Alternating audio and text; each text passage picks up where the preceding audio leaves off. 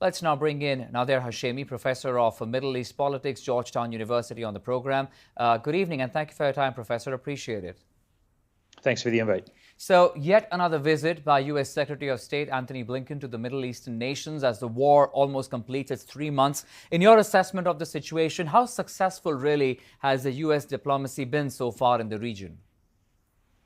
Well, I think it's a complete disaster from every perspective. Let's just remember, prior to October the 7th, the focus of U.S. Middle East policy was not on the Israel-Palestine conflict. There was an assumption that the question of the Gaza Strip, Palestinian suffering, a two-state solution didn't matter anymore. And all of the focus of the Biden administration was on trying to produce these normalization agreements between a right-wing hawkish Israeli government and various Arab dictators, and then calling that peace in the Middle East. All of that now has blown up in the face of the Biden administration, and we're on the verge of a possible a very wide and deep-rooted and long-standing Middle Eastern war across many fronts. But fundamentally, we have this major crisis in the Gaza Strip, where the situation is so bad, the suffering is so devastating, that next Thursday, South Africa has brought Israel before the International Criminal Court to try it for acts of genocide. In front of the international community. Right. And so this is what the Middle East looks like today. And I think what Blinken is really trying to do, he's not there to try and solve any of these problems. He's not there to promote conflict resolution. It's really trying to sort of manage conflict management, I think, is the focus of what he's trying to do. But he has his work cut out for him. Okay, let me ask you about, as he visits Turkey, Greece, a lot of Arab states, as we know, who, in your view at the moment, as a regional player, can really influence and try and diffuse the tensions there right now?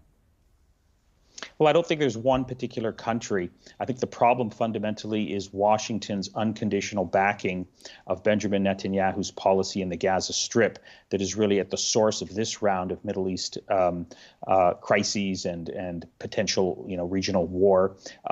That's where the problem is. It's really in the U.S.-Israeli relationship. And of course, it's the United States that's the more powerful country. And up until now, notwithstanding the devastation, the suffering, the war crimes and everything that we've been seeing over the last roughly, 10 weeks, the Biden administration still is not willing to call for a ceasefire to try and sort of stop this suffering and figure out a way out. It's still backing Israel unconditionally. So I think until that changes, we're going to be headed toward, more conflict, more destabilization, more radicalization across the region. What after? The big question, of course, everybody seems to be asking, and the greater concern here is what happens the day after the war in Gaza is over?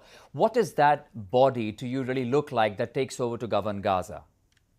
Well, there's two questions here. One, will there be anything left in the Gaza Strip that can be actually salvaged, where people can go back and live there? Just the other day, the most senior United Nations administrator for humanitarian affairs issued a statement saying, quote, "Gaza is now uninhabitable."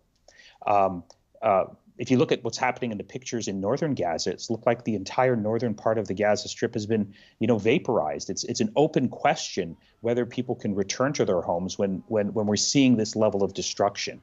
So that's one big question. The second question is who's going to govern Gaza after this round of fighting is over. Israel has put forward a plan that effectively says that they're going to appoint and have veto power over who can run the Gaza Strip. The Palestinians will not have self-determination. And of course, this rubs right against, one of the core grievances that the Palestinians have, that the region has, that the entire global South has with respect to this conflict, that after, 75 years of, Israel-Palestinian tensions, the Palestinians still don't have the right to self-determination, and the West is perfectly fine with that. It's willing to back an Israeli plan that effectively allows some sort of quasi-Palestinian administration in the Gaza Strip to, clean up the garbage and manage the Strip for Israel. So I don't think that's a sustainable plan. I think what's needed is something much bigger, much wider, and I don't see that happening in Washington right now. So that's why I'm very pessimistic about the future. All right. Nader Hashemi, Professor of Middle East Politics, Georgetown University, thank you for your time.